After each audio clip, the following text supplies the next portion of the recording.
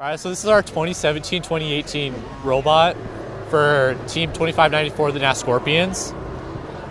The way it works is our chassis, the way it moves, we used a mecanum drive with mecanum wheels, which that allows us to go forwards, backwards, left, right, diagonal if we need to, and then gives us a 0-point turn radius.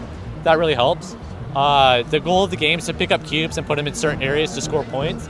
So the way we accomplish picking up the cubes is we have a claw in the front with toilet plungers on them, basically. The toilet plungers allow us to grab the cube at any angle because they're rubber and they can bend and morph to the cube. So it squeezes shut with the pneumatic piston. So the piston pushes forward and opens it up, pulls it back, and then the claw closes.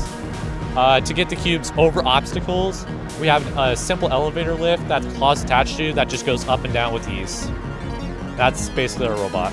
So going down to Salt Lake, we kind of went in a little blind because it was our first match of the year, so we didn't know exactly what to expect. At the end of the competition, we ended up getting 22nd, which wasn't bad. It was out of 52 or 54 teams, 53 teams. So that was pretty cool for our first competition.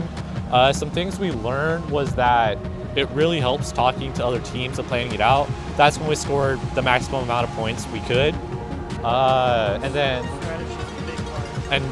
Strategy is everything because strategizing with the other teams, helps us maximize the amount of points we get.